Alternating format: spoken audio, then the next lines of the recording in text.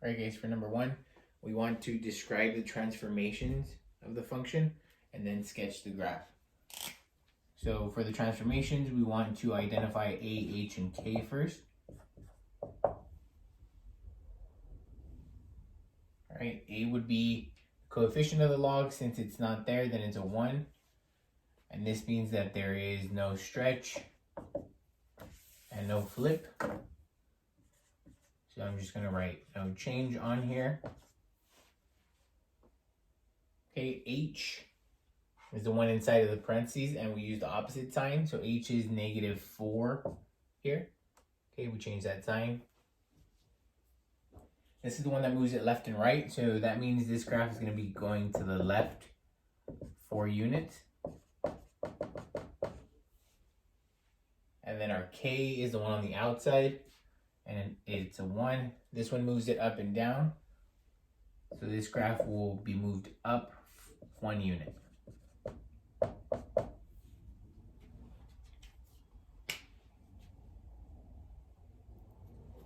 Okay, for the sketch of the graph, you can go ahead and use Desmos for that. Okay, and it would look a little something like this.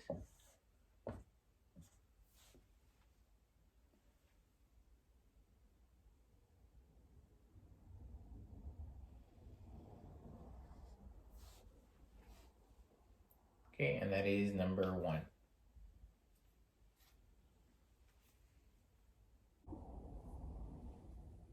All right, guys, for number 3, we want to rewrite this logarithmic expression or equation in exponential form.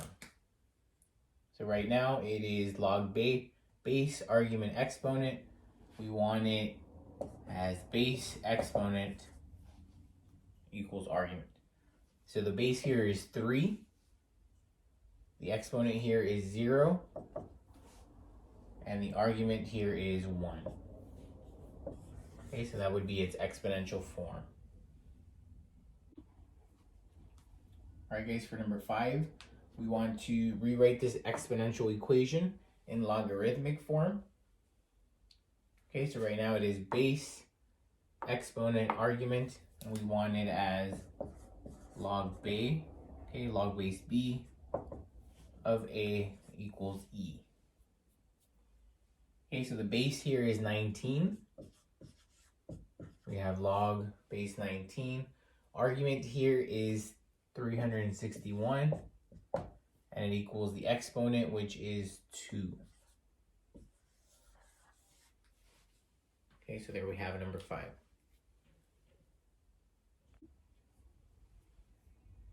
All right, guys, for number 7, we want to solve the exponential equation.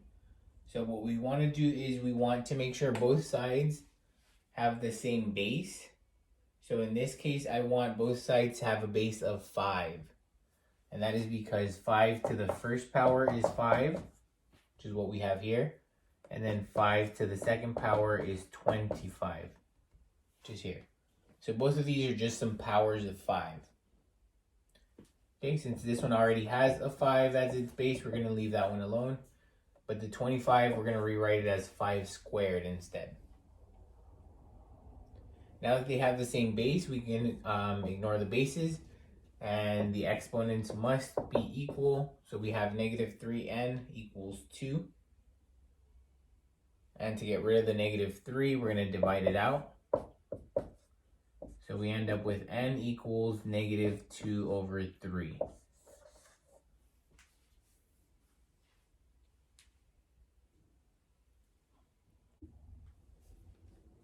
All right, guys, for number 9, we want to evaluate this expression. So first thing I'm going to do is I'm going to turn it into an equation by setting it equal to x. And then I'm going to rewrite it in exponential form. So the base here is 5. The exponent here is x. And it equals the argument, which is 25. Okay, so now we have an exponential equation.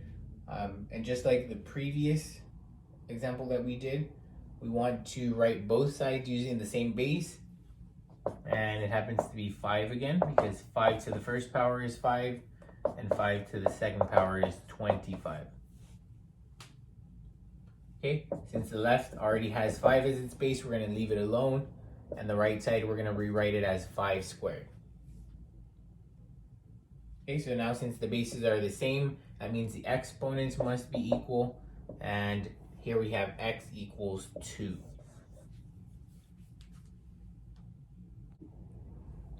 Alright guys, for number 11, we want to expand this logarithm using the properties of logs.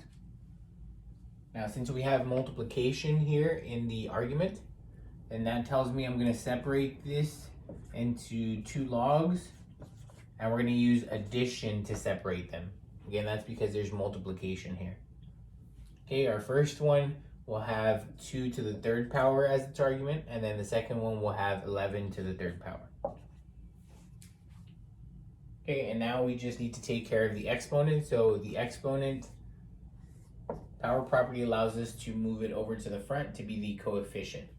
So this one is 3 log base 7 of 2. And then we can do the same to this one. So we get plus 3 log base 7 of 11.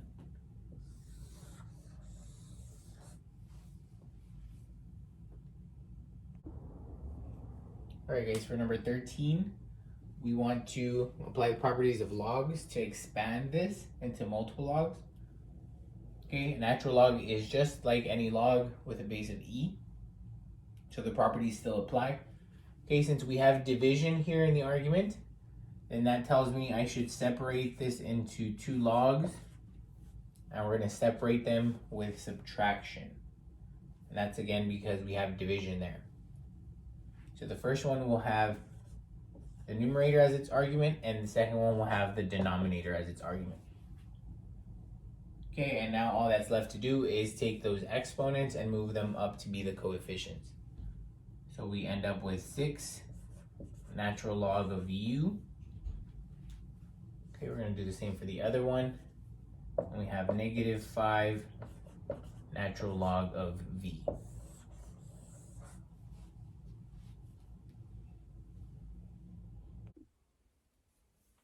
Alright guys, for number 15, we want to apply the properties of logarithms to condense these. So we have 2 logs right now. We ultimately want to have just 1. So first, we can apply the power property, and that allows us to move the coefficients to be the exponents of the logs. So we have log base 9 of u squared, and then we're going to do the same with this 3 here. So we have minus log base 9 of v to the 3rd power.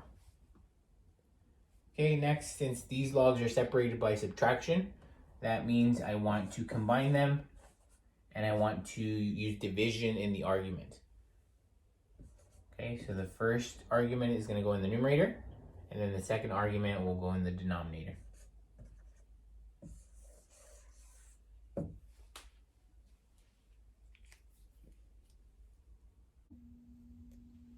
All right guys, for number 17, we want to condense these again, so we want to write it as a single log. First thing we want to do is take care of these coefficients here, and we're going to use the power property to bring them up to be the exponents of the argument. So 6 is going to be the exponent of x, and then this 2 is going to be the exponent of y.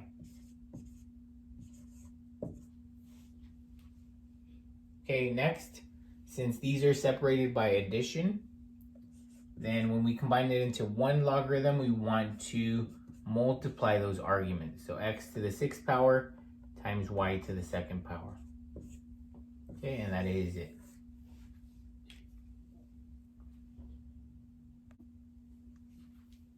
All right, for number 19, we want to solve this equation. And since we have a log equal to another log and they have the same base, we can go ahead and ignore the log part, and the arguments must be equal. So 5r plus 5 equals 4r plus 7. Okay, now we can solve this equation. We want to get all of the r's on one side and all the constants on the other. So I'm going to subtract 4r from both sides here. 5r minus 4r is just r. Then we have plus 5 equals 7. And then we want to get rid of the 5, so we're going to subtract it from both sides.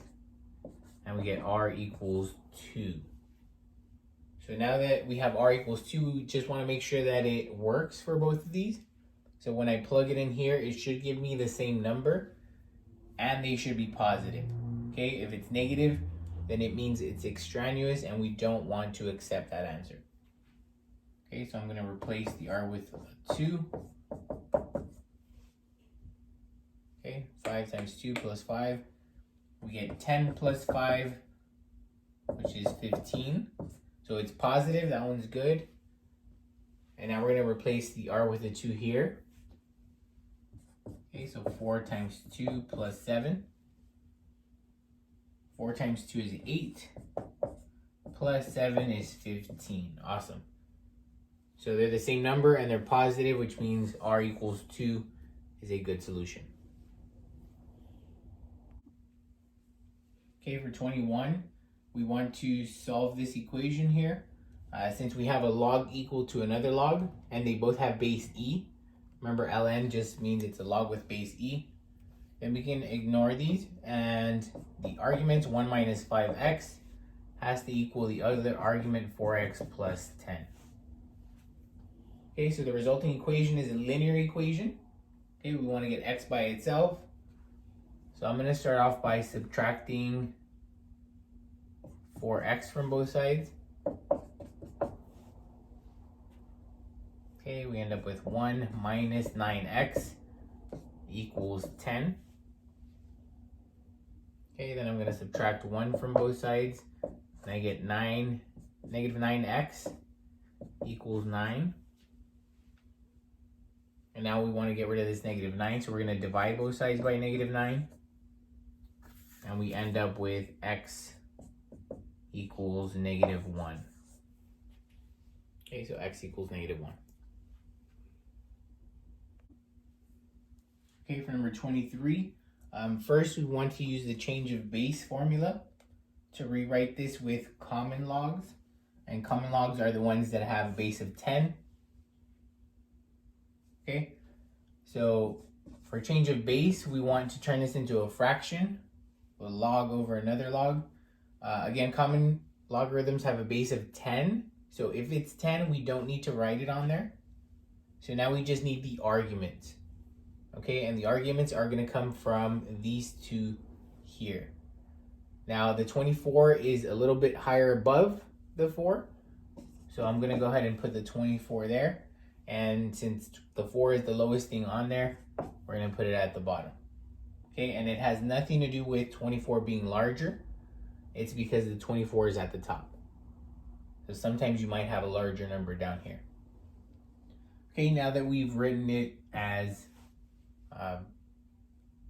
common logs, we can go ahead and type these up into our calculator or into Desmos to get an approximation.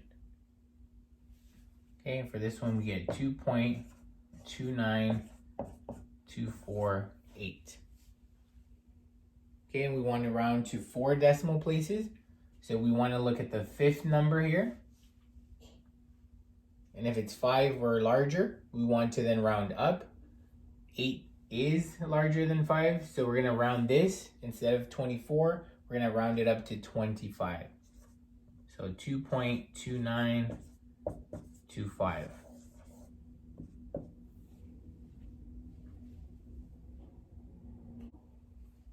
Okay, for the last one, this is already expressed as a common log. So notice there's no base, which means it's automatically a 10. So we just want to type this into our calculator or into Desmos exactly as it is and get an approximation. So we're going to round to 4 decimal places. So I'm going to look at the first 5 decimal places first.